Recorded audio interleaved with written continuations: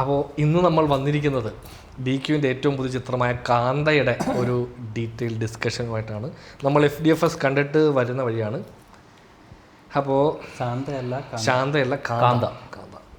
നമ്മൾ ട്രെയിലർ കണ്ടപ്പോൾ ഇങ്ങനെ പറഞ്ഞിരുന്നു, ഇതൊരു മറ്റേ ഒരു മർഡർ മിസ്റ്ററി, ഒരു റോഷമോൻ എഫക്റ്റ് ലൈനിലൊക്കെ ഉണ്ടാവും എന്നിങ്ങനെ നമ്മൾ ട്രെയിലറിൽ ഇങ്ങനെ പറഞ്ഞിരുന്നു.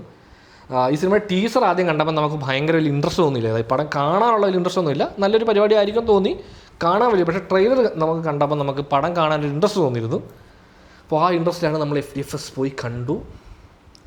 അതുപോലെ തന്നെ ഇതിന്റെ പ്രൊമോഷന്റെ ടൈമിലൊക്കെ ദുൽഖറിന്റെ ഏറ്റവും നല്ല പെർഫോമൻസ് ആണ് നിങ്ങൾ കാണാൻ പോകുന്ന രീതിയിലുള്ള. അത് മാത്രമല്ല, ദുൽഖർ ഡയലോഗ് അടിച്ചായിരുന്നു. ഞാനിങ്ങനെ ഇത്രയും ഇൻട്രസ്റ്റിംഗ് ആയിട്ട് കേട്ടിരുന്നൊരു സ്ക്രിപ്റ്റ് വേറെ ഇല്ല. അതെ, എൻ്റെ കരിയറിൽ ഞാൻ ഇത്ര ഇൻട്രസ്റ്റിംഗ് ആയിട്ട് വേറെ സ്ക്രിപ്റ്റ് കേട്ടിരുന്നില്ല എന്ന് പറഞ്ഞ് പുള്ളി ഒരു ഇന്റർവ്യൂവിൽ പറഞ്ഞിരുന്നു.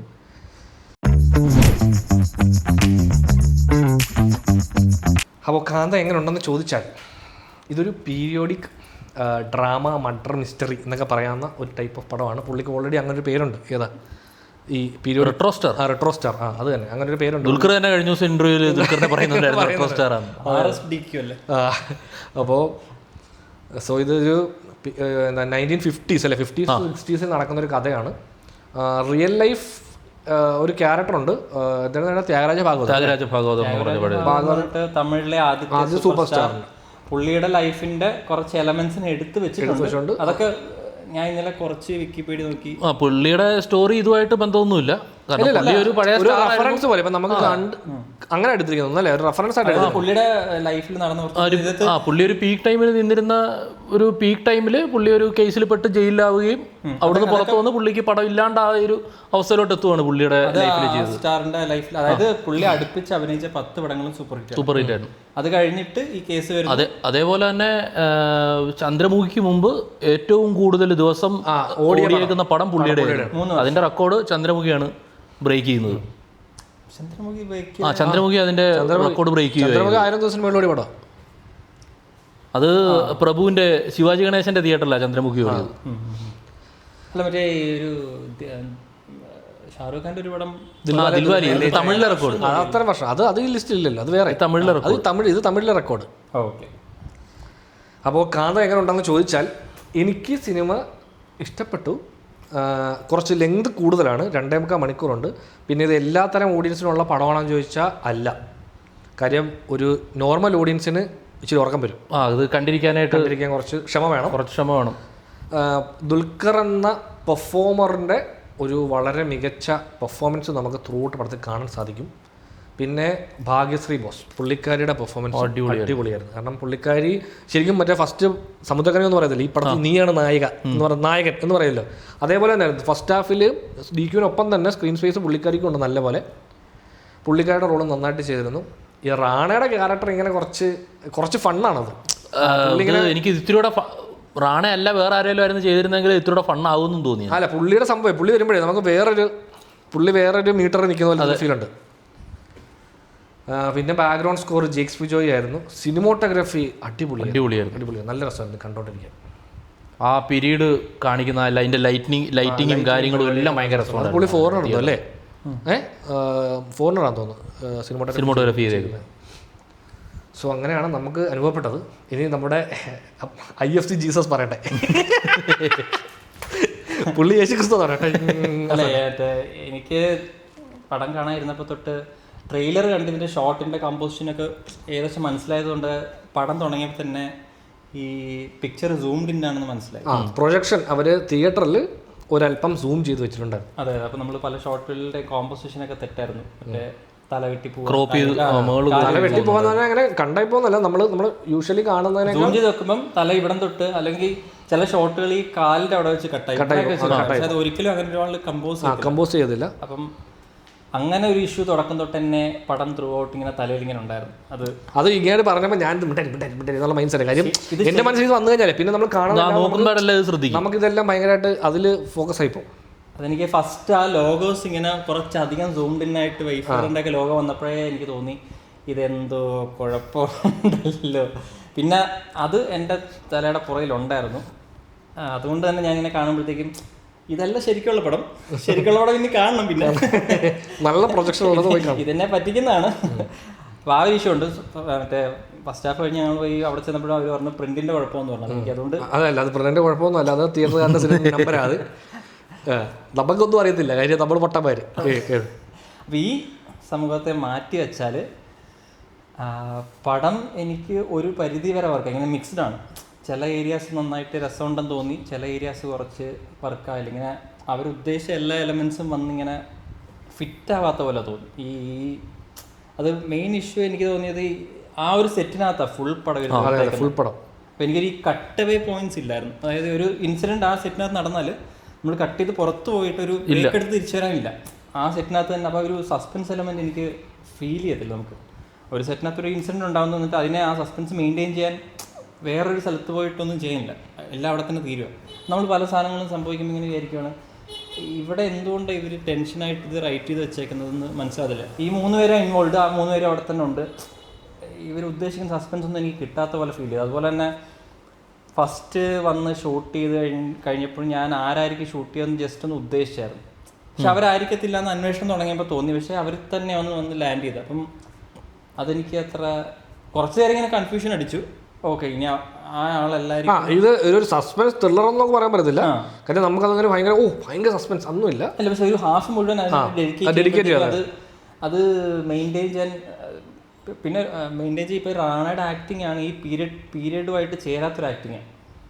അപ്പിയറൻസ് ആയാലും എല്ലാം മൊത്തത്തിൽ കുറച്ചുകൂടെ സിനിമാറ്റിക് ആണ്. റാണ ഭയങ്കര പുള്ളി കുറച്ച് ആഡിലൊക്കെ അഭിനയിക്കാൻ പറ്റത്തില്ല, അതേപോലത്തെ ഒരു ലൈനിലാണ് എൻജോയ് ചെയ്ത് പുള്ളി ചെയ്തിട്ടുണ്ട്. പക്ഷേ സംഭവം എന്ന് വെച്ചാൽ ചിലപ്പോൾ ചിലർക്ക് അത് ഇഷ്ടപ്പെടുമായിരിക്കും. കാര്യം മൊത്തത്തിൽ എല്ലാവരും ഇങ്ങനെ കുറച്ച് നിൽക്കുന്നത് ഈ പുള്ളി വേറൊരു മീറ്ററിലായിരുന്നു. ചിലപ്പോൾ ചിലർക്ക് ആ ഷിഫ്റ്റ് ഫസ്റ്റ് ഹാഫ് കുറച്ച് വലിച്ചായിട്ട് തോന്നുന്നത് സെക്കൻഡ് ഹാഫ് ഭയങ്കര രസമായിട്ട് ഒരു ഹ്യൂമർ വർക്ക് ചെയ്യാൻ നോക്കിയിട്ടുണ്ടെങ്കിലും അത് ഭയങ്കരമായിട്ടുള്ള രീതിയിലൊന്നും വർക്കായിട്ടില്ല എന്നുള്ളത് പുള്ളി പാത്രം ചിരിക്കുന്നുണ്ട്. അതെനിക്ക് എനിക്കൊന്ന് ഈ കോസ്റ്റ് ഇങ്ങനെ ശരി ഇവരെയൊക്കെ കാസ്റ്റ് ചെയ്തപ്പോൾ തന്നെ ഭയങ്കര കോസ്റ്റ് ആവുമല്ലോ. അപ്പോൾ അത് കുറയ്ക്കാൻ വേണ്ടി ഫുൾ ആ സെറ്റിൽ കൊണ്ടുവരാൻ വേണ്ടിയിട്ട് അന്വേഷണം ആ സെറ്റിനതാക്കി. അല്ലായിരുന്നു എനിക്കൊന്ന് കുറച്ചുകൂടി ആ സെറ്റിൽ നിന്ന് ഇത്തിരി പുറത്തോട്ട് പോകുന്നതെന്ന് പറഞ്ഞു കഴിഞ്ഞാൽ ഫ്ലാഷ് ബാക്ക് സീൻസ് വരുന്ന ദുൽഖറിന്റെ വീട്ടിൽ പോകുന്നു തിരിച്ചു വരുന്നു. അതിന്റെ 2 ഷോട്ട് CG ചെയ്യില്ല, ബാക്കി ഫുള്ള് നടക്കുന്നത് കേട്ടപ്പോൾ ഞാൻ വിചാരിച്ചാ എന്നാ ഒരു ഷോട്ട് കടിക്കും. ഇല്ല, ഞാൻ വിചാരിച്ചാ സിനിമാറ്റോഗ്രാഫർ മിടുക്കനെ കിട്ടിയല്ലോ, കൊടൈക്കനാലിൽ ഇപ്പം പകർത്തി വെക്കുമെന്ന് വിചാരിച്ചപ്പോഴത്തേക്കും സെറ്റ് കൊടൈക്കനാൽ അങ്ങനൊരു ഇത് തോന്നിയായിരുന്നു ഈ പറയുന്ന പോലെ. അതുകൊണ്ട് പക്ഷേ ഈ ഒരു കളറ് പരിപാടി കാണിച്ചു വെക്കാൻ തോന്നിയിട്ടുണ്ട് അവർക്ക്. മറ്റേ ഈ സെറ്റിനകത്താണ് ഫുൾ ടൈം എങ്കിലും ഷോട്ട് ഒരു വെറൈറ്റി ലൈറ്റിങ് ഭയങ്കര രസമാണ്. ഞാൻ കുറേ ഷോട്ടിൽ നമ്മളിങ്ങനെ നോക്കിയിരിക്കും, നമുക്കത് കാണാൻ നല്ല രസമാണ്. എപ്പോഴും ഞാൻ ശ്രദ്ധിച്ചാണ് സമുദ്രക്കനെ ഇരിക്കുന്ന എല്ലാ സീനിലെ സമുദ്രക്കന്റെ ബാക്കിൽ ഒരു ലൈറ്റ് ഉണ്ട്.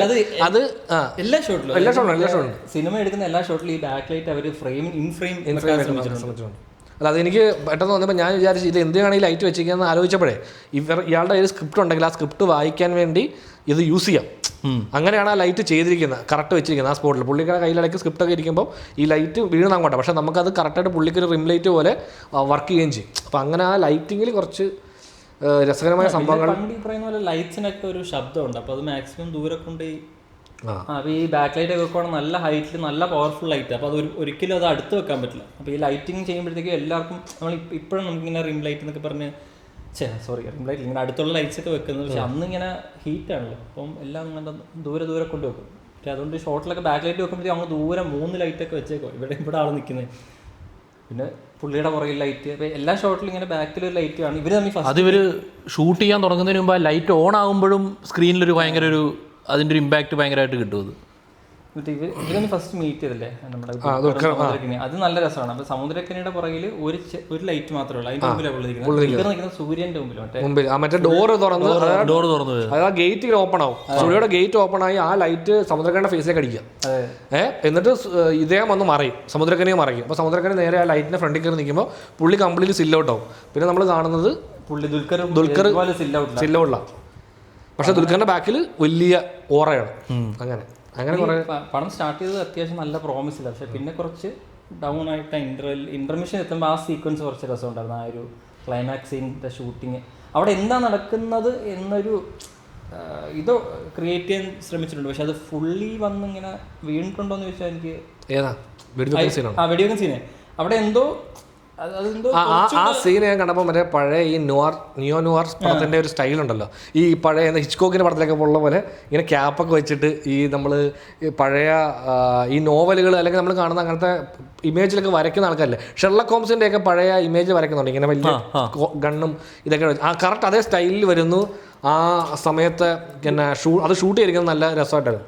വിഷ്വൽ സ്റ്റൈൽ വെച്ചിട്ട് അവിടെ വർക്കായിട്ടുണ്ട്. പക്ഷെ എനിക്ക് തോന്നുന്നു ഡയറക്ടിങ്ങിലും റൈറ്റിങ്ങിലും അവിടെ കുറച്ചുകൂടെ സസ്പെൻസ് ബിൽഡ് ചെയ്യായിരുന്നു. ആ ഒരു സംഭവമില്ലേ, നമുക്ക് അതിന് മുമ്പേ മനസ്സിലാവും ഈ സംഭവം. ഇപ്പം സെക്കൻഡ് ടേക്കിലൊക്കെ പോകുമ്പോഴത്തേക്കും ഈ തോക്കാണ് ഇതിൻ്റെ എലമെൻ്റ് എന്ന് മനസ്സിലാവും. പക്ഷെ അത് അവിടെ എന്തോ ബിൽഡ് ആവാത്ത പോലെയും ഒന്ന് സ്ട്രെങ്ത് ആവാത്ത പോലെ തോന്നിയായിരുന്നു. പിന്നെ അത് ത്രൂ ഔട്ട് ആ സംഭവം എന്തോ ഇതിൻ്റെ സസ്പെൻസും പരിപാടികളും ഫുള്ളി ഇവനല്ലേ നീ ഇടയ്ക്ക് പറഞ്ഞത് ഡ്രാമ കുറച്ച് കൂടി. എനിക്ക് തോന്നിയത് നാടകീയതൊക്കെ, ബട്ട് അതല്ലാതെ ഡ്രാമ സ്ട്രെങ്ത് എഴുത്തിലില്ല, ഭയങ്കര പവർ ഇല്ലായിരുന്നു. പക്ഷേ ഈ ഫസ്റ്റ് ഹാഫിൽ ഇങ്ങനെ ഇവർ തമ്മിലുള്ള കോൺഫ്ലിക്റ്റിലാണല്ലോ ഫസ്റ്റ് ഹാഫ് മൊത്തം പോകുന്നത്. ഇതിങ്ങനെ വരുന്നുണ്ടെങ്കിൽ ഒരു നമ്മളെ ഫ്രണ്ടോട്ട് കൊണ്ടുപോകുന്ന ഒരു ഇവന്റ് സംഭവിക്കുന്നില്ല. അത് നമുക്കൊരു പോയിന്റ് തുടങ്ങി അവരുടെ കോൺഫ്ലിക്റ്റ് സ്റ്റാർട്ട് ചെയ്ത് കുറച്ച് കഴിഞ്ഞിട്ട് നമുക്ക് മനസ്സിലായി പിന്നെ ഇത് തന്നെ ഫ്ലോ ഇല്ലായിരുന്നു. മറ്റേ ഈ കോൺഫ്ലിക്റ്റിന്റെ റീസൺ ഉണ്ടല്ലോ, അത് അതിന്റെ ഇടയിൽ ഇങ്ങനെ കാണിച്ചത് അത് പോയി. അത് പക്ഷേ മറ്റേ ഈ ആക്ടറിന്റെ സ്റ്റോറി എടുക്കുവാണെങ്കിൽ അതാണ് അതിന്റെ മെയിൻ എലമെന്റ് പുള്ളിയുടെ. അത് കഴിഞ്ഞിട്ട് പുള്ളി 4 സിനിമ അവിടെ ചെയ്തു, 4ഉം പൊട്ടിപ്പോയി. അത് കഴിഞ്ഞ് പുള്ളി ഈ സെക്കൻഡ് ഹാഫ് ഈ പറയുന്ന സ്റ്റോറി ഞാൻ വായിച്ചിട്ടില്ലാത്തതാണ്. ഈ പറയുന്ന പോലെ സെറ്റ് വെച്ചൊരു നായകൻ മരിക്കുന്ന ഞാൻ വായിച്ചതിൻ്റെ അകത്തും അത് അങ്ങനത്തെ ഒരു പരിപാടി ഇല്ലായിരുന്നു. പുള്ളി ജയിലിൽ പോകുന്നത് ഒറിജിനലായിട്ടുള്ളതിൻ്റെ അകത്ത് പുള്ളി പോകുന്നത് ഏതോ ഒരു റൈറ്ററിനെ ഈ ഏതോ പാപ്പരാസിയെ കൊന്ന് ആ കേസിലാണ് ഈ ത്യാഗരാജ ഭാഗവതരും വേറൊരാളും കൂടെ ജയിലിലാകുന്നത്. എന്നിട്ട് പുറത്തിറങ്ങും. ഞാൻ വെച്ച അതിലേക്കൊക്കെ ആയിരിക്കും. ഇല്ലില്ല, അങ്ങനത്തെ പരിപാടിയിലേ അല്ല പോകുന്നത്. ഇതിനകത്ത് അതുകൊണ്ട് 2 മർഡർ വന്നു. ഞാൻ വെച്ചത് ഇങ്ങനെ ടൈം ജമ്പം വരുമ്പോൾ ഞാൻ വെച്ചത് ഇതെന്താണ് ഒരു ചെറിയ കൺഫ്യൂഷൻ ഉണ്ടല്ലോ, ആ മറ്റൊരു സാധനമാണോ ഇവിടെ പറയുന്നത്. സമുദ്രക്കനിയുടെ പെർഫോമൻസ് എങ്ങനെ തോന്നി? സമുദ്രക്കനി എനിക്ക് ട്രെയിലർ കണ്ടപ്പോൾ എനിക്ക് ഭയങ്കര രസമായി തോന്നി ഇടയ്ക്ക്. പക്ഷെ ഇവിടെ ഇങ്ങനെ കുറച്ചിങ്ങനെ ഏറ്റക്കുറച്ചിലുണ്ടല്ലോ, ഇങ്ങനെ ഫ്ലോയിലല്ല പുള്ളി പോണത്. പുള്ളി ചില സ്ഥലത്ത് നന്ന രസമായിട്ട് തോന്നും, ചില സ്ഥലത്ത് എവിടെയൊക്കെ കുറച്ച് ഓവർ ആവുന്ന പോലെ ഫീൽ ചെയ്യും. കുറേ സ്ഥലത്ത് നന്നായിട്ട് ഫീൽ ചെയ്തത് എനിക്ക്. ഞാൻ ട്രെയിലർ കണ്ടപ്പോൾ ഞാൻ പറയുകയും ചെയ്ത്, ട്രെയിനകത്ത് പറയുന്നുണ്ട് നമ്മൾ ട്രെയിലർ കണ്ടപ്പോൾ സമുദ്രക്കനി അടിപൊളിയായിരിക്കും പടത്തിലെന്ന് നമുക്ക് തോന്നി. പക്ഷേ ആ ഒരു ഇമ്പാക്ട് ഉണ്ടായിരുന്നു. ഇല്ല, പടത്തിലില്ലായിരുന്നു. പടത്തിൽ എനിക്ക് പുള്ളിയുടെ തുടക്കം പുള്ളി കുറച്ച് സ്റ്റാർട്ടിങ്ങിലൊക്കെ പുള്ളി കുറച്ച് രസമായിരുന്നു. കുറച്ചിടങ്ങ് വന്നു കഴിയുമ്പോഴത്തേക്ക് ഇടയ്ക്ക് ഇങ്ങനെ വേരിയേഷൻസാണ്, ഭയങ്കര വേരിയേഷനാണ് പുള്ളിയുടെ ക്യാരക്ടറിനെ മനസ്സിലാക്കാൻ പറ്റുന്നില്ല. പിന്നെ ബ്ലാക്ക് ആൻഡ് വൈറ്റ് ആവുമ്പോൾ പുള്ളിയുടെ പല്ലുകളുടെ തിളക്കം പുള്ളിയുടെ ആക്ടിങ് ഒറിജിനൽ പല്ലാണ് പുള്ളി പല്ലെടുത്ത് ഭയങ്കര വെളുപ്പിച്ചിട്ടുണ്ട്. അത് നമ്മൾ എനിക്ക് പുള്ളി ഇങ്ങനെ ഇരിക്കുമ്പോൾ പുള്ളി ഇങ്ങനെ അകത്തൊരു സാധനം വെച്ചിരിക്കുന്ന ഒരു ഫീൽ ഉണ്ടല്ലോ, ഇങ്ങനെ പിടിക്കുന്നത്. അത് ഭയങ്കരമായിട്ട് അറിയാൻ പറ്റും. എനിക്കിതിൻ്റെ ട്രെയിലർ കണ്ടപ്പോഴത്തേനും എനിക്ക് ഫസ്റ്റ് തോന്നിയെന്ന് പറഞ്ഞിട്ടുണ്ടെങ്കിൽ നമ്മുടെ ഈ ജിഗർ ദണ്ഡയിലെ ഒരു ഡയറക്ടർ ആക്ടർ ഒരു കോൺഫ്ലിക്റ്റ് ഉണ്ടല്ലോ, അതേപോലെ തന്നെ ഈ ഇരുവറിൻ്റെ അകത്തുള്ള 2 ക്യാരക്ടർ തമ്മിലുള്ള എനിക്ക് ആ ഒരു ഇരുവറിന്റെ ഫീൽ ഉണ്ടായിരുന്നു. മറ്റേ ട്രെയിലറിലൊക്കെ ഉണ്ടായിരുന്നു ഭയങ്കരമായിട്ട്. എനിക്ക് ഓം ശാന്തി ഓമിന്റെ ലൈനിലേക്കൊക്കെ പോകാൻ തോന്നിയായിരുന്നു. ഞാനും വിചാരിച്ചു ഇവരൊരു പ്രേതകഥ പറയുന്നു എന്നുള്ള എലമെന്റ് ഒക്കെ. അതാണ് ഈ ഇതിനകത്ത് മൾട്ടിപ്പിൾ എലമെന്റ്സ് ഉണ്ട്. പക്ഷേ ഒരെലമെൻറ്റിനും ഒരു സ്ട്രെങ്ത് ഇല്ലാത്ത പോലെ ഇവർ മൾട്ടിപ്പിൾ ഡയറക്ഷൻസിലേക്ക് പോകാൻ നോക്കിയതുപോലെ. ഇപ്പോൾ ഈ അന്വേഷണം തന്നെ ഇടയ്ക്ക് വെച്ച് ഇങ്ങനെ ബ്രേക്കായിട്ട് പിന്നെ ഫുള്ളി ഇമോഷണൽ പടമായിട്ട് അങ്ങനെ ഭയങ്കര ഷിഫ്റ്റ് ഇല്ലായിരുന്നു. അതായത് ഇതിപ്പം അവർക്ക് ഇങ്ങനെ ഒരു ഊടണ്ണിറ്റ് ലൈൻ എന്നുള്ള ലൈനിലേക്ക് പോയി നിർത്തണ്ട, ഇവർക്കത് നിർത്തുമ്പോഴത്തേക്കും നമ്മൾ എങ്ങനെയാണ് തുടങ്ങിയത് അതുപോലെ തന്നെ നിർത്താം. ഈ എലമെന്റ് ഭയങ്കര ഷിഫ്റ്റായി. ഈ അന്വേഷണം തുടങ്ങുമ്പോൾ വേറൊരു ടോണും വേറൊരു ക്യാരക്ടർ വന്നിട്ട് വേറൊരു പുള്ളി വരുമ്പോഴത്തേക്കും ഭയങ്കര എനർജി ലെവൽ വേറെയാണ്. അതെ, പടത്തിന്റെ എനർജി ലെവൽ വേറെയാണ്. അതുവരെയും പടം നമ്മൾ കണ്ടുകൊണ്ടിരിക്കുന്നത് ഇവരുടെ മ്യൂസിക് എനിക്ക് തോന്നുന്നു ഫസ്റ്റ് ഹാഫിൽ കുറേ നല്ല രീതിയിൽ ഹെൽപ്പ് ചെയ്തിട്ടുണ്ട്. അതായത് നമ്മളിപ്പോൾ യൂഷ്വലി ഇതുപോലൊരു പീരിയോഡിക് സബ്ജക്റ്റ് കാണുമ്പോൾ അതിൻ്റെ ബാക്ക്ഗ്രൗണ്ടിൽ പ്ലേ ചെയ്യുന്നതിനേക്കാളും കുറച്ചുകൂടെ മോഡേൺ മ്യൂസിക്കിൻ്റെ ഒരു ഫീൽ ത്രൂ ഔട്ട് ഉണ്ട്. അപ്പോൾ അത് എനിക്കത് പലയിടത്തും അത് കുറച്ച് രസമായിട്ട് തോന്നി. കാര്യം നമ്മൾ ഉറങ്ങിപ്പോകാതിരിക്കാൻ അത് ഹെൽപ്പ് ചെയ്യും. അതായത് അങ്ങനെ ഒരു സിനിമ കാണുന്നവർക്ക് ഇപ്പോൾ ഇത് മടുപ്പാണെന്ന് തോന്നിയാലും നിങ്ങൾ അങ്ങനെ ഉറങ്ങാതിരിക്കണമെങ്കിൽ ഈ മ്യൂസിക് ചിലപ്പം കുറച്ച് ഹെൽപ്പ് ചെയ്യും. കുറച്ചധികം ഇങ്ങനെ ഒരു പമ്പ് ചെയ്യുന്ന ടൈപ്പ് സാധനങ്ങൾ ഉണ്ടായിരുന്നു. പക്ഷെ അത് ഇടാനുള്ള സ്പേസ് സെക്കൻഡ് ഹാഫിൽ ഇല്ലായിരുന്നുകൊണ്ട് തന്നെ സെക്കൻഡ് ഹാഫിൽ ഈ അന്വേഷണം അവിടെ ഈ പറഞ്ഞാൽ ഓരോരുത്തരെ വിളിക്കുന്നു, അവരെ ക്വസ്റ്റ്യൻ ചെയ്യുന്നു, അടുത്താളെ വിളിക്കുന്നു, അവരെ ക്വസ്റ്റ്യൻ ചെയ്യുന്നു, ഇങ്ങനെ വന്നുകൊണ്ടിരിക്കുക. നമുക്ക് ആകെ ചെയ്യാൻ സാധ്യതയുള്ള 3 പേരെ ഉള്ള അവർ 3 പേര് ഫ്രണ്ട് ഇരിപ്പുണ്ട്. അപ്പം അതൊക്കെ കുറച്ച് അങ്ങനെ അതാണ് ഇപ്പോഴത്തെ എന്താണ് ഇതിപ്പോൾ അന്വേഷണ കഥയാണെങ്കിലും അന്വേഷണ കഥ ആക്കാനുള്ള സ്പേസ് ഇല്ല. ഒന്നുകിൽ ഇപ്പോൾ ഈ കഥ ഇവർ തുടങ്ങിയിരുന്നെങ്കിലേ ഈ മർഡർ നടന്നതിന് ശേഷം ഈ റാണ നടന്നതിന് ശേഷം തുടങ്ങിക്കഴിഞ്ഞാൽ ഇപ്പം നമ്മൾ ഫസ്റ്റ് ഹാഫിൽ കണ്ട ബാക്ക് സ്റ്റോറി ഇല്ലേ, അത് ഇവർ പറയുന്ന ഓരോരുത്തരുടെയും വേർഷൻ പോലെ നമ്മളെ കാണിച്ചാൽ നമുക്ക് കുറച്ചുകൂടി ഇൻട്രസ്റ്റിംഗ് ആയിട്ട് ഇപ്പോൾ ഈ പറഞ്ഞ പോലെ സസ്പെൻസ് എലമെന്റ് കുറച്ചുകൂടെ നമുക്ക് ബിൽഡ് ചെയ്യാൻ പറ്റും. എനിക്കൊന്ന് അതാണ് ഞാൻ പടം കണ്ടിട്ടുള്ളത്. അതായത് ഇതിൻ്റെ സ്ട്രക്ചർ എൻ്റെ പടത്തിൻ്റെ സ്ട്രക്ചറിൽ ഇവർക്ക് ഈ ലവ് സ്റ്റോറി എസ്റ്റാബ്ലിഷ് ചെയ്യണമെന്നുണ്ട്. പക്ഷേ എനിക്ക് തോന്നുന്നില്ല അതും ഈ ഭാഗ്യശ്രീ ബോൾസയുടെ അഭിനയം ഓക്കെ ആയിരുന്നെങ്കിലും എനിക്ക് വിഷമമായി. എനിക്ക് ഭയങ്കര വിഷമമായി. പുള്ളിക്കാരി മരിച്ചപ്പോൾ ഞാൻ ശരിക്കും വിഷമിച്ച്. ഞാൻ പറഞ്ഞ ഞാൻ എന്താണ് DQ ടേപ്പ് ഫുള്ള് കെട്ടിരുന്ന പ്രശ്നം തീർന്നത്, കൊച്ചിനെ രക്ഷപ്പെടുത്തരുത്, അത് മോശമായിപ്പോയി. അതായത് എനിക്ക് അവരുടെ ലവ് സ്റ്റോറി ഇങ്ങനെ ഓക്കെ ഇവർ തമ്മിൽ ഇഷ്ടത്തിലാണെന്ന് മനസ്സിലായി, പക്ഷേ അങ്ങനെ കൊടൂര ലവ് സ്റ്റോറി ആയിട്ടാണ് തോന്നുന്നില്ല. അതിനുള്ളൊരു റീസൺ ദുൽഖർ സൽമാൻ ഇല്ലായിരുന്നു, നമുക്കറിയത്തില്ല അങ്ങനെ റീസൺ. ത്രൂ ഔട്ട് ഇത് സത്യമാണോ ഇല്ലയോ നമുക്കറിയില്ല. അത് ഇടയ്ക്കിടയ്ക്ക് ഇവരുടെ ഫേസ് ചേഞ്ച് ചെയ്യുമ്പോൾ നമ്മളെ ഇവർ ഇൻട്രൊഡ്യൂസ് ചെയ്യുന്നത് ഈ ആശാനും ശിഷ്യനും തമ്മിലുള്ള കോൺഫ്ലിക്റ്റിലാണ്. അപ്പോൾ ഇവനെ കൊണ്ട് എങ്ങനെയും ഈ പടത്തിൽ അഭിനയിപ്പിക്കുക എന്നുള്ളതാണ് സമുദ്രക്കനിയുടെ ആവശ്യം പുള്ളിയുടെ സ്ക്രിപ്റ്റിൽ. ദുൽഖർ സൽമാൻ ആണെങ്കിൽ അപ്പോൾ അത് എൻ്റെ പിന്നെ ഈ നായികയെ കൊണ്ടുവരുന്നതും സമുദ്രക്കനി. അപ്പോൾ സമുദ്രക്കനിയുടെ ആവശ്യം എന്ന് വെച്ച് കഴിഞ്ഞാൽ നായികയുടെ സത്യം വാങ്ങിച്ചിട്ടുണ്ട്. എന്താ എന്ത് വന്നാലും ഈ സിനിമ നല്ല രീതിയിൽ കംപ്ലീറ്റ് കൊടുക്കണം. എൻ്റെ മനസ്സിൽ മൊത്തം കിടക്കുന്ന കഥ അതാ.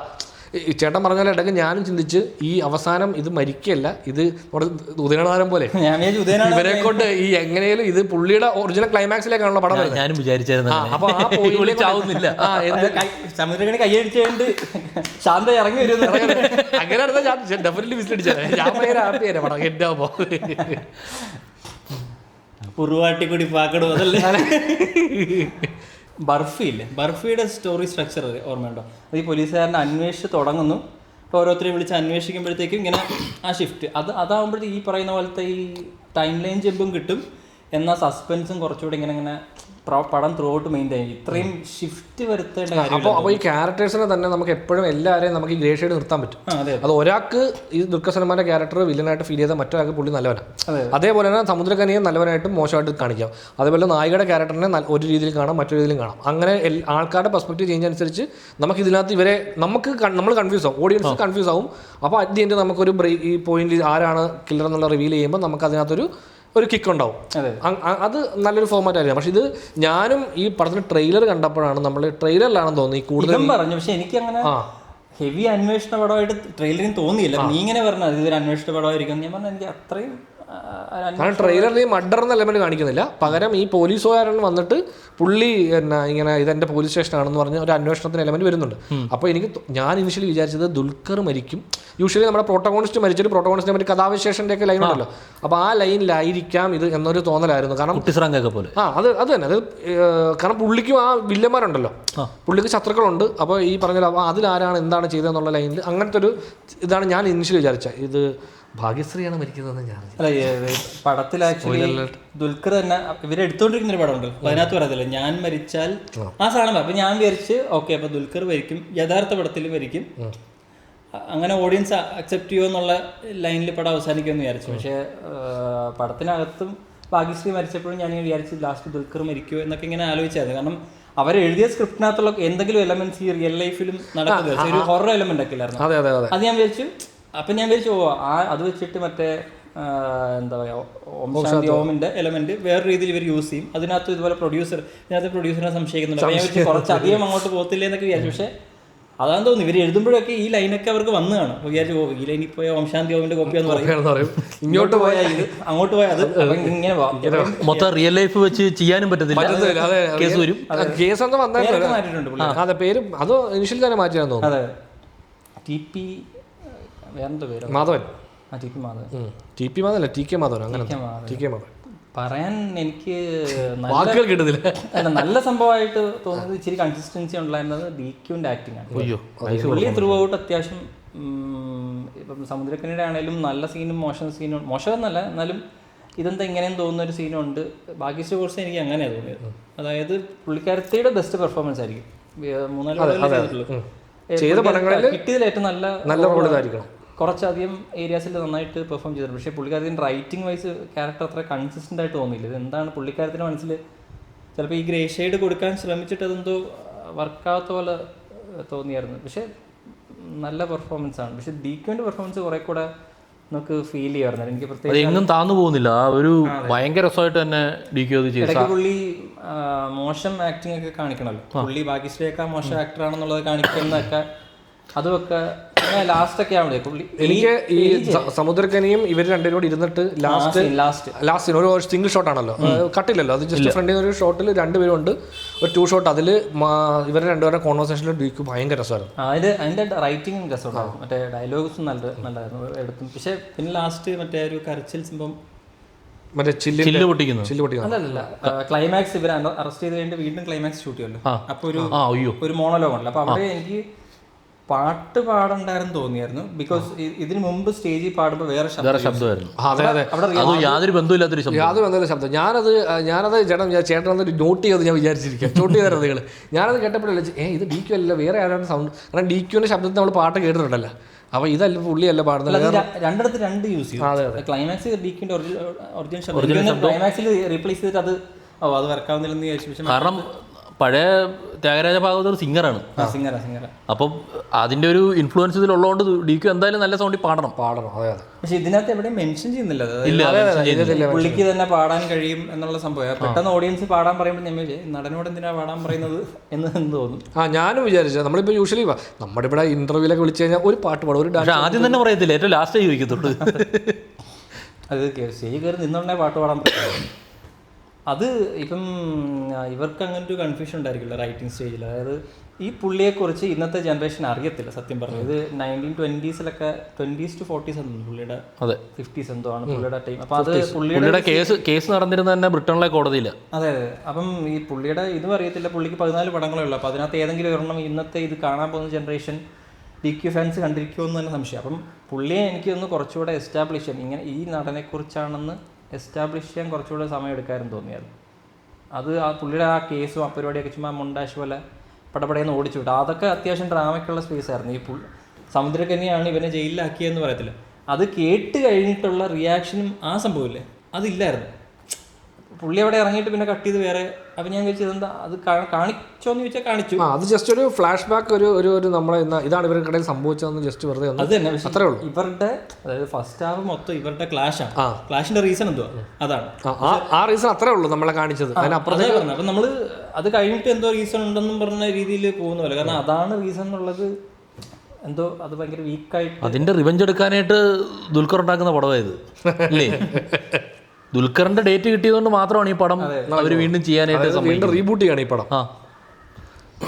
ദുൽഖറിന്റെ റിവെഞ്ചാണ് ഈ പടം. അങ്ങനെ നോക്കുമ്പോൾ ദുൽഖറിന്റെ റിവെഞ്ചാണ് ഈ പടം. എല്ലാം മറ്റേ ഈ പറയുന്ന നമ്മൾ റെഫറൻസ് ആയിട്ട് വെച്ച ഓം ശാന്തി എല്ലാം ഇങ്ങനെയാണ്. ഈ മുടങ്ങിപ്പോയ പടം റീസ്റ്റാർട്ട് ചെയ്യുന്നു. അപ്പോൾ ഒരേ സെറ്റ് അങ്ങനെ സിമിലർ എലമെന്റ്സ് ആണ്. ബട്ട് ഇതൊക്കെ വേറെ വേറെ സിനിമ ആയിട്ട് വേണേൽ കണക്കാക്കാം. ഇതും വേറൊരു ലൈനാണ്. ബട്ട് ഇതിങ്ങനെ ഒരു നല്ല പടം എന്ന ലൈനിൽ നിൽക്കുമെന്ന് തോന്നുന്നു. ഇങ്ങനെ മറ്റു പടങ്ങൾ കൊണ്ട് പെർഫോമൻസ് വെച്ചും അതിന്റെ പ്രൊഡക്ഷന്റെ ക്വാളിറ്റി വെച്ചും ഇതൊരു ഗംഭീര പടമാണ്. അതെ. ഇപ്പോൾ ഈ സിനിമയിൽ തന്നെ ഈ സിനിമ കണ്ട് ഇറങ്ങുന്ന മെജോറിറ്റി ഓഫ് ആൾക്കാരും പറയാൻ ചാൻസുള്ള ഒരേ ഒരു സംഭവം DQന്റെ പെർഫോമൻസിനെ പറ്റി തന്നെയായിരിക്കും അല്ലേ.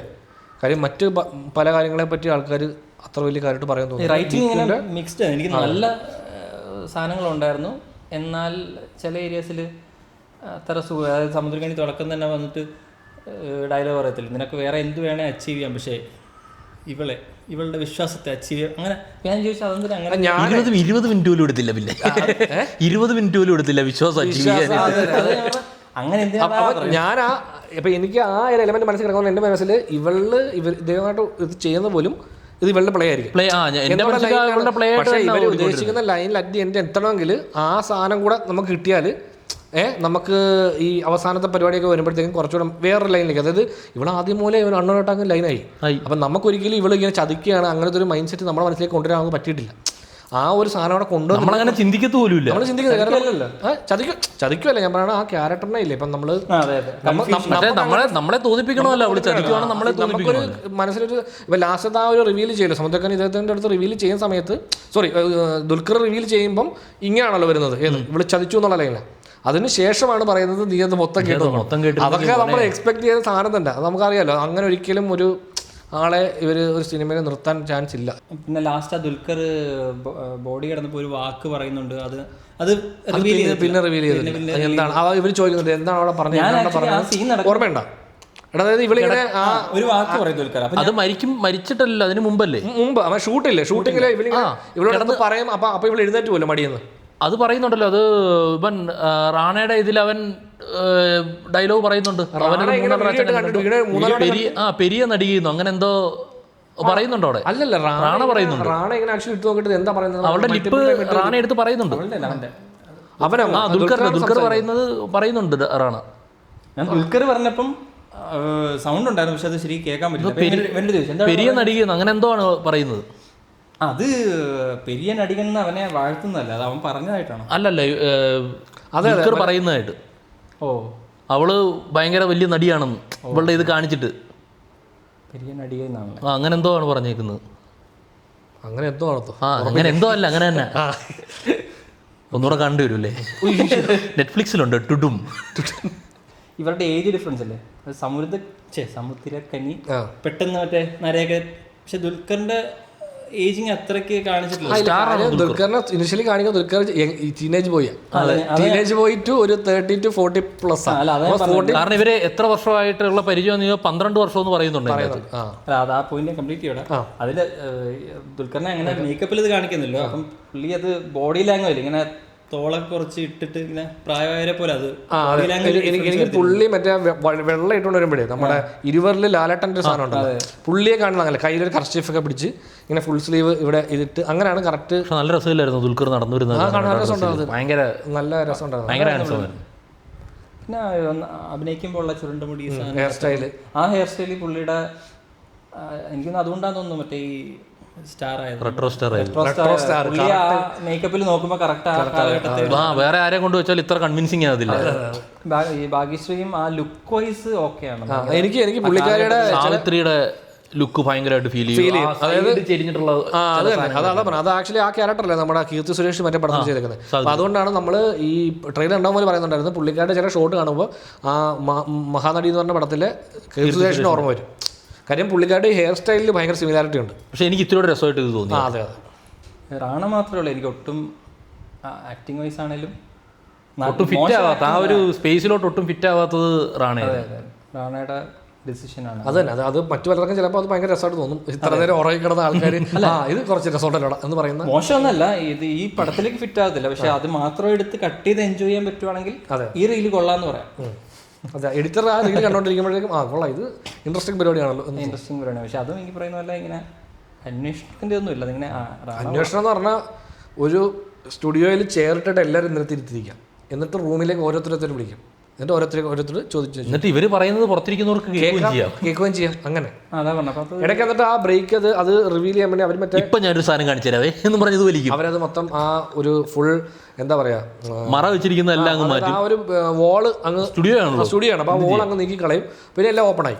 അവര് അങ്ങനത്തെ കുറെ സാധനങ്ങൾ ഇങ്ങനെ ചെറിയ, അപ്പം അതെനിക്ക് മനസ്സിലാവുന്നില്ലായിരുന്നു എന്തുകൊണ്ട്. അതൊരു റിവീൽ പോലെ. അപ്പൊ ഇങ്ങനെ വാളിങ്ങനെ വന്ന് നിൽക്കുമ്പോൾ ആ ഡോറ് കറക്റ്റ് വന്ന് നിൽക്കുന്നത് ഇവന്റെ വൈഫിന്റെ ഇതാണ്. കാരണം അങ്ങനെ വിഷ്വലി ആ സാധനം കുറച്ച് രസമാക്കാൻ വേണ്ടി ചെയ്തായിരിക്കും. വിഷ്വലി ഇത് രസമാണ്, ബട്ട് എന്തിനെങ്ങനെ ചെയ്തെന്ന് ചോദിച്ചാൽ വേറെ സ്റ്റോറി വൈസ് നമ്മളിങ്ങനെ നറേറ്റീവിൽ ഒരു രസമില്ലെന്ന് ഉദ്ദേശിച്ചാൽ ആ ഒരു മൊമെന്റിന് വേണ്ടിയിട്ട് ഇനിയും പോവാണല്ലോ മുമ്പോട്ട്. അല്ലെങ്കിൽ അവിടെ വെച്ച് നിൽക്കണം. ഫൈനൽ റിവീൽ പോലൊക്കെ ആണെങ്കിൽ ഓക്കെ ഈ സാധനം. ഇതിപ്പോ അത് കഴിഞ്ഞിട്ട് പിന്നെയും പോകും. ഞാൻ കണ്ടുപിടിച്ച് വില്ലത്തിയെ അത് കഴിഞ്ഞ് ജനലിൽ ഇതിനകത്തൂടെ ഇറങ്ങും, ഇപ്പുറം വഴി ഇറങ്ങും. അപ്പൊ നമ്മള് ഇത് അത് ആ സംഭവം അതിന് നമ്മൾ ഈ സ്റ്റേജിങ് എന്ന് പറയുന്നത് അവിടെ വെച്ച് അത് ബ്ലോക്കിംഗ് സ്റ്റേജിങ് അവിടെ വെച്ച് നമ്മൾ നശിപ്പിച്ചിട്ട് പിന്നെയും ഇങ്ങനെ പോവുക കഥ.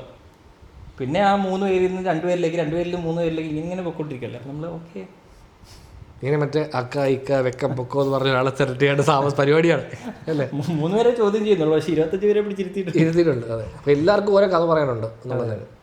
അതുപോലെ മറ്റേ നമ്മൾ ഇടയ്ക്കിടയ്ക്ക് പറഞ്ഞുകൊണ്ടിരുന്നത്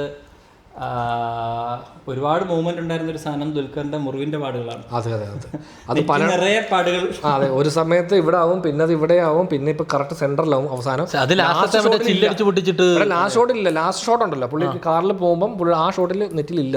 ഇല്ലല്ലേ, ആ കാർ കയറുന്നവരെ നെറ്റിലുണ്ടോ, മേക്കപ്പ് ഇട്ട് കളയുന്നതാ. അതെ അതെ, അങ്ങനെ വിചാരിക്കാം. അതായത് മുറിവ് ഒരിടത്ത് വെക്കാൻ പറ്റിയില്ലേ മുറിക്കരുത്. അതെ, അത് ഇത് ഷൂട്ട് ചെയ്യുന്നത് ചിലപ്പോൾ മൾട്ടിപ്പിൾ ടൈമിലായിരിക്കുമല്ലോ, അപ്പം നമുക്കിത് കറക്റ്റ് ഡിസിഷൻ ഉണ്ടല്ലോ ഇത്. എന്നാലും അവരുടെ ഫോട്ടോസ് കാണത്തില്ലേ എല്ലാ പ്രധാന സ്റ്റോറി എലമെന്റ് ആണല്ലോ നെറ്റിയിലെ മുറിവ്. അതിപ്പം ഷോട്ട് അത്രയും അത് ഇപ്പുറത്തിരുന്ന സാധനം ഇപ്പുറത്ത് വരരുതല്ലോ. അതെ, ചിലപ്പോൾ എടുത്ത ഫോട്ടോ മറ്റേ സെൽഫി എടുത്തത് തിരിഞ്ഞു പോയ സമയത്തായിരിക്കും, അങ്ങനെ അറിയത്തില്ല. മേക്കപ്പ് മാനെ കുറച്ചു മുമ്പ് പുകഴ്ത്തിയിട്ടെ ഇവരെയൊക്കെ നല്ല രീതിയിൽ ഈ കാലഘട്ടത്തിലേക്ക് കൊണ്ടുവന്നു പറഞ്ഞിട്ട്, പക്ഷെ മുറിവിടാൻ പുള്ളിക്ക് അറിയത്തില്ല എന്ന് പറഞ്ഞു. അല്ല, അത് മുറിവിനെ അറിയാതല്ല, മുറിവിന് കൺസിസ്റ്റൻസി. അത് ആറ് എത്ര പേരുണ്ട് ഇപ്പോൾ? മേക്കപ്പ് മാൻ ഉണ്ട്, മെയിൻ ചെയ്യുന്നു, അസിസ്റ്റന്റ് ഡയറക്ടേഴ്സ് ഉണ്ട്, കണ്ടിന്യൂറ്റി നോക്കാൻ ആൾക്കാരുണ്ട്. യുവമാര് തമ്മിൽ ലാസ്റ്റ് വഴക്കായി. ഇന്ന് നീ തീരുമാനിക്കും, നാളെ ഞാൻ വെക്കാം. ഫോട്ടോ എടുക്കുന്ന ഇതില്ലായിരുന്നു ഇവര് ഈ അകത്ത് ഉള്ളപ്പോഴത്തേക്ക് ഒരു ഫ്ലാഷ് ഉൾപ്പെടെ ഒരു ഒരു പടത്തില് തമാശ ക്യാമറയിൽ കൊണ്ടുവരുന്ന ഫ്ലാഷും ഉണ്ട്. അപ്പൊ നമ്മള് വിചാരിച്ച് ഈ ഫോട്ടോ എടുത്ത ഫ്ലാഷ് അടിക്കുമല്ലോ, എടാ ഇത് രഹസ്യമായിട്ട് ഫോട്ടോ എടുക്കുമല്ലോ ഫ്ലാഷ്. മറ്റേ പെഡിക്റ്റീവ് വരെ സീൻ പോലെ ഓർമ്മ വരും സംഭവം. മറ്റേ ഫ്ലാഷ് അടിച്ച് അത് എങ്ങനെ പോയാലും ആ ക്യാമറയ്ക്ക് അത് അത്രയും ക്വാളിറ്റി ഉള്ള ഒരു ഫോട്ടോ കിട്ടത്തില്ല. അതിന് ലൈറ്റ് അടിക്കണം. ലൈറ്റ് അടിച്ചാൽ ഡിക്ക് എഴുതേക്കും. മിന്നലുള്ള രാത്രി ക്ലോസപ്പ് ഒക്കെ എടുത്ത് വെച്ചേക്കും. അതെ അതെ, വലിയ റൂം. അതിന് മറ്റേ വെന്റിലേഷനകത്തോടാണ് ഈ ഫോട്ടോ എടുക്കുന്നത്. പിന്നെ വിഷയമുള്ള കാര്യമല്ല, നമ്മളെ അങ്ങനെ കീറി മുറിക്കൊന്നുമല്ല കേട്ടോ. അത് ജസ്റ്റ് നമ്മൾ പറഞ്ഞപ്പോൾ കൂട്ടത്തിൽ വന്ന കാര്യങ്ങൾ പെട്ടെന്ന് അതൊരു ഫണ്ട് എലമെന്റ് ആയിട്ട് അതൊരു ഫണ്ട് എലമെന്റ് മൂഡിലുള്ള സാധനങ്ങൾ. നമ്മുടെ ഇടയ്ക്ക് സ്റ്റാർട്ടിങ് വീഡിയോയിൽ സ്റ്റാർട്ടിങ് ബ്ലാക്ക് ആൻഡ് വൈറ്റ് ആക്കണം കേട്ടോ. എൻ്റെ ഇടയ്ക്ക് കേട്ടോ വെച്ചിട്ടാ, എന്നിട്ട് കളറാക്കാം. കഴിഞ്ഞ പ്രാവശ്യം ഇതുപോലെ ചെയ്തിട്ട് നല്ല സീരിയസ് ആയിട്ടാണ് ചെയ്തതെങ്കിൽ നല്ല കോമഡി ആയിട്ടുണ്ടെന്ന് അത് നന്നായിട്ടുണ്ടെന്ന് പറഞ്ഞ കമന്റ് ഉണ്ടായിരുന്നു. നിങ്ങൾ അത് കാണും? അത് ഞാൻ കണ്ടില്ല. അതുണ്ടായിരുന്നു. പോസിറ്റീവ് കമന്റ്സ് കൂടെ നോക്കൂ സുഹൃത്തുക്കളെ. അവന് പേസാ മൊഴി എന്ന് പറഞ്ഞൊരു പാട്ട് നല്ല രസമുണ്ടായിരുന്നു. ഇവർ തമ്മിൽ ലവ് സ്റ്റോറി കാണിക്കാനുള്ള ഈ മ്യൂസിക് ചെയ്തിരിക്കുന്നത് ജെയ്സ് വിജയ് അല്ല, ബാക്ക്ഗ്രൗണ്ട് സ്കോറാണ് ചെയ്തിരിക്കുന്നത്. പാട്ട് ചെയ്തിരിക്കുന്നത് വേറെ ആളാണ്. അയാളുടെ പേര് അതിനകത്ത് മെൻഷൻ ചെയ്തിട്ടുണ്ട്, അത് ഞാനത് മറന്നുപോയി. ടെക്നിക്കലി അതായത് വലിയൊരു പ്ലസ്സാണ് ഇതിൻ്റെ ടെക്നിക്കാലിറ്റി. ഇപ്പം പ്രൊഡക്ഷൻ ഡിസൈൻ ആണെങ്കിലും ഈ ആ സെറ്റിനകത്ത് ഇത്രയും സമയം സ്പെൻഡ് ചെയ്യേണ്ടത് കൊണ്ട് തന്നെ ഗംഭീര സെറ്റായിട്ടേക്കുന്നു. ഭയങ്കര ക്വാളിറ്റിയും ഭയങ്കര ഡീറ്റെയിലിംഗ് ആണ്. ഈ കഥ മാറ്റമൊന്നും പറഞ്ഞില്ല. അത് ഞാൻ വിചാരിച്ച് ഒറിജിനൽ ബിൽഡിംഗ് ആണ്. അവരിടയ്ക്കിടയ്ക്ക് സെറ്റ് എന്ന് വിളിക്കുന്നുണ്ടെന്ന് തോന്നുന്നു. പക്ഷേ എനിക്ക് തോന്നുന്നു എവിടെയൊക്കെ ഒരു പിന്നെ കുറേ ഏരിയൽ മാറ്റ് പെയിൻറ്റിങ് ഷോട്ടുകളുണ്ട് പഴയ ചെന്നൈ ആക്കാൻ. അത് ഒരു പരിധി വരെ നല്ല വർക്കാണ്. അവിടെ ഇവിടെ ഇങ്ങനെ ദൂരെ നോക്കിയ ആ കാറ് ഒരുപാട് നേരം നമുക്ക് ആ ഫീല് തരാൻ സഹായിക്കും. ആ ഒരു ഫീല് കിട്ടുന്നുണ്ട്. മറ്റേ ഒരു പഴയ ചെന്നൈയിലാണ് ഇതൊക്കെ നടക്കുന്നത്. ഒരുപാട് നേരം സസ്റ്റെയിൻ ചെയ്യുന്നില്ല. അത് നമുക്ക് ട്രെയിലറിലുള്ളൊരു വലിയ മറ്റേ ഈ മോഡേൺ സ്റ്റുഡിയോസോ അതിൻ്റെ ഒരു ഏരിയൽ ഷോട്ട്. അപ്പം അത് നല്ല രീതിയാണ്. ഞാനത് ട്രെയിലർ കണ്ടപ്പോൾ ഇങ്ങനെ പോസ്റ്റ് അടിച്ച് നോക്കിയപ്പോൾ നല്ല ഡീറ്റെയിലിംഗ് അതിനകത്ത്. ആ ഒരു സ്ക്രീനിൽ കണ്ടപ്പോൾ അത് കുറച്ച് സ്കെയിലായത് കട്ടായി. ഞാനത് കാരണം അത് വലിയ ഏരിയ, പക്ഷെ ഇത് തിയേറ്ററിൽ അതിൻ്റെ പകുതിയേ ഉള്ളൂ. അപ്പോൾ ഞാൻ വിചാരിച്ചു അതൊക്കെ കാണുമ്പോൾ പെട്ടെന്ന് നമുക്ക് എന്താ വെച്ചാൽ ഇത് നല്ല ക്വാളിറ്റി. പിന്നെ അവരുടെ ആ കളർ പാറ്റേൺ ഏകദേശം ആ ഒരു പഴയ റെട്രോ സാധനം തരുന്നത് കൊണ്ട് മൊത്തത്തിൽ കാണുമ്പോൾ ഭയങ്കര ഒരു ഇമ്പാക്റ്റ് ഉണ്ടാവും. മാങ്ക് അല്ലേ ഇതുപോലത്തെ ഒരു പടം? അത് black and white. Black and വൈറ്റില്ല, പക്ഷേ ഈ ഒരു മൂഡ, അതായത് ഷൂട്ടിംഗ് നടക്കുന്ന എപ്പോഴും ഇങ്ങനെ വരുന്ന ബാക്ക് ലൈറ്റും അത് സിറ്റിസൺ കെയിൻ്റെ റൈറ്ററിൻ്റെ കഥ. ഗ്യാരി ഓൾഡ്മാൻ അഭിനയിച്ചിരിക്കുന്നത്, ഫിഞ്ചർ ചെയ്തേക്കുന്ന പടം. പിന്നെ എനിക്ക് ഒരു ഇത് റൈറ്റിങ്ങിലുണ്ടായിരുന്ന എലമെൻ്റ് ആണെന്ന് അറിയത്തില്ല. 2 മെയിൽ ക്യാരക്ടേഴ്സും ഫീമെയിൽ ക്യാരക്ടറിനോടൊരു സത്യം ചെയ്യാൻ പറയുന്നുണ്ട്. അതിനകത്ത് അവൾ ആക്ച്വലി ശരിക്കുള്ള സത്യം കൊടുക്കുന്നത് ദുൽഖറിന് മാത്രമാണ്. മറ്റേ ആളുടെ സത്യം കൈ തൊട്ട് സത്യം ചെയ്യത്തില്ല, വാക്കാൽ പറയത്തുള്ളൂ. പുള്ളി ഇങ്ങനെ കൈ പിടിക്കത്തേ. അതെ, അത് വളരെ ഡെലിബറേറ്റ് ആയിട്ടുള്ളൊരു സീനായിട്ട് തോന്നി അത് കണ്ടപ്പോൾ. അത് ലാസ്റ്റ് ദുൽഖറും സത്യം ചോദിക്കുമ്പോഴത്തേക്കും അവളിങ്ങനെ ഇതൊരു സ്റ്റോറി എലമെന്റ് ആണെന്ന് തോന്നുന്നുണ്ട്. ജസ്റ്റ് നിങ്ങൾക്ക് സത്യമില്ല, സമുദ്രക്കേരിയെ പറ്റിച്ച് അതെന്തായാലും. പക്ഷെ അവള് ദുൽഖറിനോട് കള്ളം പറയുന്നില്ലേ?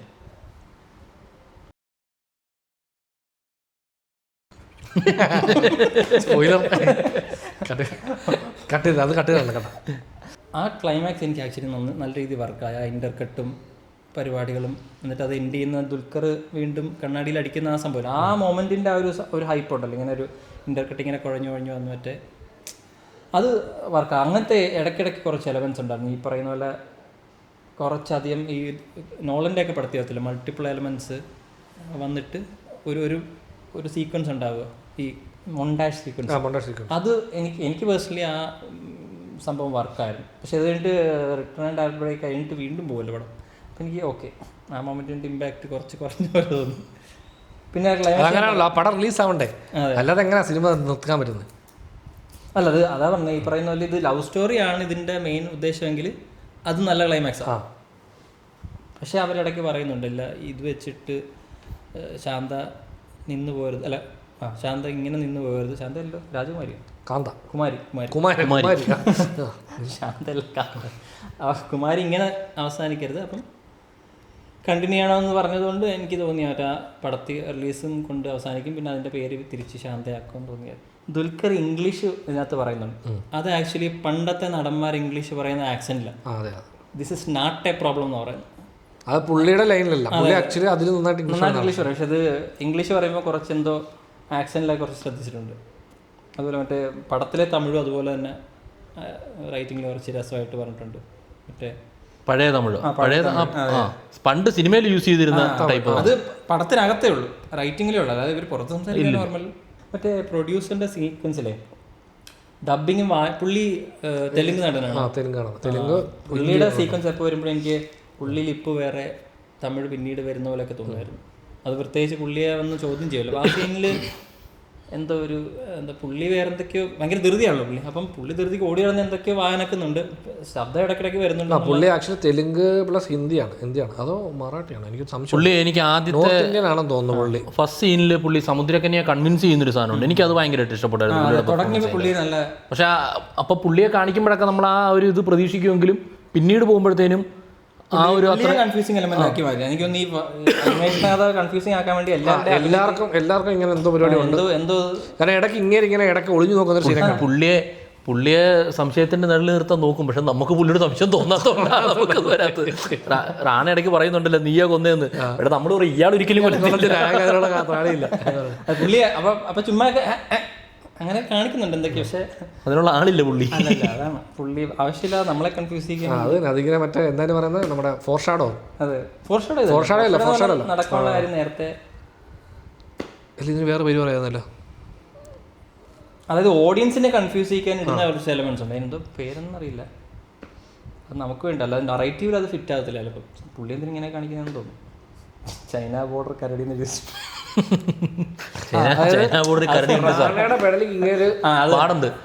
അതും മറ്റേ അനങ്ങോട് അങ്ങോട്ടും ഇങ്ങോട്ടും. അത് ഒറിജിനലാണോ അതോ പടത്തിൽ ഇട്ടേക്കുന്നത്? ഒറിജിനലാണോ? അത് ഒറിജിനലൊന്നും ഈ പടത്തിന് പുള്ളി കരടിയായിട്ട് ഫൈറ്റ് ചെയ്തിട്ടുണ്ടെന്ന് പറഞ്ഞു. അത് കരടിയുടെ മാന്ത് കൊണ്ടായിരിക്കും. അത് തന്നെ അത് നമ്മൾ ഇവരിടക്കിയത് ആ കഥ വീണ്ടും പറയൂലേ മറ്റേ പുള്ളിയോട്. അപ്പം നമ്മൾ വിചാരിച്ചു ചിലപ്പം ഈ സമയം അപ്പൊ ഇങ്ങനെ പുള്ളി ഇങ്ങനെ അങ്ങനെയൊക്കെ ഡയലോഗ് പറയത്തില്ല, മനസ്സിലായോ? ഇതിപ്പോൾ അങ്ങനെ നമ്മൾ ഊഹിച്ചെടുക്കുകയാണ്. കാണില്ല. ഞാൻ വിചാരിച്ചു റിയൽ ആയിട്ട് ഇനി ഇങ്ങനെ എന്തെങ്കിലും പ്രശ്നം ഉണ്ടായിട്ടുണ്ടോ ഇവിടെ? ഇല്ല, കരടിയായിട്ട് ഫൈറ്റ് ചെയ്തപ്പോൾ കരടി മാന്തിയതാണ്. അല്ല അത് എന്തിനാന്ന് നമുക്ക് ഒരു ക്ലാരിറ്റി ഇല്ല. ഈ കരടിയുടെ കഥ തന്നെ കൊടൂര ഭീകരനാണ് പുള്ളി നമ്മളെ പറഞ്ഞ് മനസ്സിലാക്കുകയാണ്. അത് തന്നെ കേട്ട് കേൾവി ഉണ്ടല്ലോ, 5 പേരെ കൊന്നതിന് മറ്റേ നോർത്ത് ഇന്ത്യ എന്ന് പറഞ്ഞ് ഞാൻ ഒരുപാട് പേര് മരിക്കുന്നതും കണ്ടിട്ടുണ്ട്, ഒരുപാട് പേരെ കൊന്നിട്ടുണ്ടെന്നാ പറഞ്ഞത്. അപ്പൊ അങ്ങനെയുള്ള കഥ കേട്ട് കരടി ആയതായിരിക്കും. വല്ല മാന്യ ചെറിയ പൂച്ചയൊക്കെ ആയിരിക്കും കൊന്നത്, കമ്പ് കൊണ്ട്. അപ്പൊ അങ്ങനത്തെ സംഭവമാണെന്ന് വിചാരിച്ചാണ്. പിന്നെ എനിക്ക് സാധനം ഇഷ്ടപ്പെടും, എന്ത് ഏകസാക്ഷി മനസാക്ഷിയാണ്. ആ തമിഴ് കേട്ടപ്പോൾ കുറച്ചുകൂടി രസം ഉണ്ടായിരുന്നു. ആ ലാംഗ്വേജിന്റെ ഒരു ബ്യൂട്ടി ഉണ്ടല്ലോ, ഇവര് പറയുമ്പോ കേൾക്കാനായിട്ട് ഭയങ്കര രസമാണ്. മലയാളത്തിലാണ് ഇത് കോമഡി എന്നിട്ട് തമിഴിലെ കുറച്ച് അങ്ങനെ കുറച്ച് ആ ഡയലോഗ് സീക്വൻസ് റാണയുടെ രസം ഉണ്ടായിരുന്നു. റാണ സീരിയസ് ആയിട്ട് കുറച്ച് കാര്യങ്ങൾ പറയാമല്ലോ, അതൊക്കെ രസമുണ്ടായിരുന്നു ആക്ച്വലി. എൻ്റെ കാരണത്തിരുന്നിട്ട് എന്നോട് പറഞ്ഞു തരാം ഞാനും കൂടെ പഠിക്കട്ടെ എന്ന് പറഞ്ഞിട്ട് ആ സീക്വൻസ് എനിക്ക് കൊള്ളാൻ തോന്നിയായിരുന്നു. അപ്പം ഇതൊക്കെയാണ് ഏറ്റവും മൂലയില്ലാതെ ഞങ്ങൾ ഈ പറഞ്ഞപ്പോൾ ഒരു കൺഫ്യൂഷൻ ഉണ്ടായില്ല. ഇതാണ് പടത്തിന്റെ അവസ്ഥ. അത് തന്നെ, ഈ പടം നിങ്ങൾ 2.25 മണിക്കൂർ കാണണം, അതിനുശേഷം വന്ന് 3/4 മണിക്കൂറുള്ള നമ്മുടെ ഡിസ്കഷൻ കാണണം. പടം കാണാനുള്ള ക്ഷമ നിങ്ങൾക്ക് ഉണ്ടെങ്കിൽ ഇതെന്തായാലും കാണാം. 2 പ്രാവശ്യം കൊണ്ടുപോകണം. എനിക്കൊന്ന് പടം പറക്കാവുന്ന ഒരു ഓഡിയൻസ് ഉണ്ട്.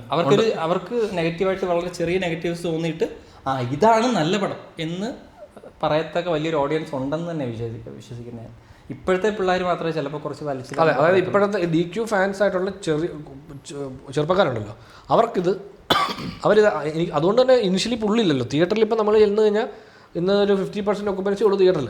അപ്പോൾ അതുപോലും ഈ ഒരു ഇപ്പോൾ DQൻ്റെ ലോക കഴിഞ്ഞിട്ട് വരുന്ന പടമാണ്.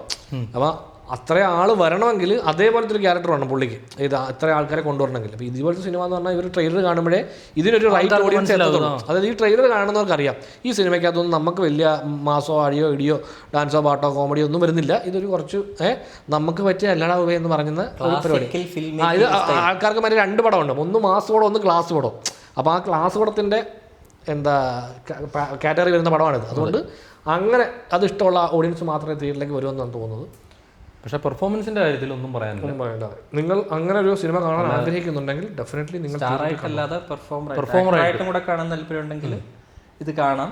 ഇതുവരെ ഉള്ളതിൽ ഏറ്റവും മികച്ചൊരു പെർഫോമൻസ് ആയിട്ട് തന്നെ. അതെ ഡിക്യോന് ആക്ച്വലി ഡിക്യോ ഇങ്ങനെ പടങ്ങൾ ഇതിനെ ഭയങ്കര, ഞാനിപ്പോഴും തോന്നുന്നു പുള്ളി ഇങ്ങനെ തമിഴിൽ പടം ചെയ്യാൻ തെലുങ്കിൽ പടം ചെയ്യാൻ ഡിസൈൻ ചെയ്യുന്ന പോലെ അല്ലെന്ന് തോന്നുന്നു. പുള്ളിക്ക് കിട്ടുന്ന കഥകളിൽ പുള്ളിക്ക് എന്ത് ചെയ്യാൻ പറ്റും എന്നുള്ള ഒരു സംഭവം കിട്ടുന്നിടത്തുനിന്ന് പുള്ളി പടം. അതുകൊണ്ട് തന്നെ എനിക്ക് ഇതിൻ്റെ സ്ക്രിപ്റ്റ് കേട്ടിട്ട് പുള്ളി ഏറ്റവും മികച്ച സ്ക്രിപ്റ്റ് എന്ന് പറയുന്നത്. കാരണം എനിക്കിതില്ലാത്ത ഒരുപാട് ഇപ്പം നമ്മൾ പറഞ്ഞല്ലോ, ഇപ്പം ആർട്ടിസ്റ്റ് കേൾക്കുമ്പോഴേ അവർക്ക് ഈ പടം മൊത്തത്തിൽ ഈ പറയുന്ന പോലെ സ്ക്രിപ്റ്റ് കേൾക്കുമ്പോൾ നല്ല സാധനമാണ്. അതായത് ഇതിനകത്ത് ഒരുപാട് പരിപാടിയുണ്ട്. ബട്ട് ഓൺ സ്ക്രീൻ എങ്ങനെ വരുമെന്ന് കൃത്യമായിട്ട് പറയാൻ പറ്റില്ല. എനിക്ക് തോന്നുന്നു ചില പുള്ളി കുറേ കൂടെ വലിയ സ്കെയിലും എന്തെങ്കിലുമൊക്കെ പ്രതീക്ഷിച്ചാണ്.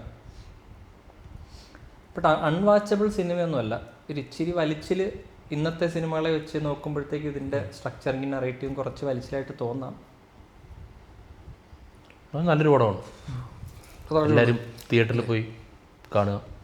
പിന്നെ സബ്സ്ക്രൈബ് ചെയ്തിട്ട് വേണം നിങ്ങൾ പടം പോയി കാണാൻ. എന്ത് സബ്സ്ക്രൈബ് ചെയ്യണം? നമ്മുടെ ചാനൽ സബ്സ്ക്രൈബ് ചെയ്ത് ലൈക്ക് ചെയ്ത് കമൻറ്റ് ചെയ്യുക. പിന്നെ ഹൈപ്പ് എന്ന് പറഞ്ഞ ഒരു ഉണ്ട്, ഹൈപ്പ് ചെയ്യണം. എന്താണ് അല്ലാതെ ചെയ്യണം? അതെ ചെയ്യണം കേട്ടോ. എല്ലാവരും മറക്കാതെ എല്ലാം ചെയ്തിട്ട് ഇനി തിയേറ്ററിൽ പോയി പടം കണ്ടോ. അടുത്ത ഒരു വീഡിയോ ആയിട്ട് എത്രയും പെട്ടെന്ന് മടങ്ങി വരുന്നതായിരിക്കും. ശുഭരാത്രി.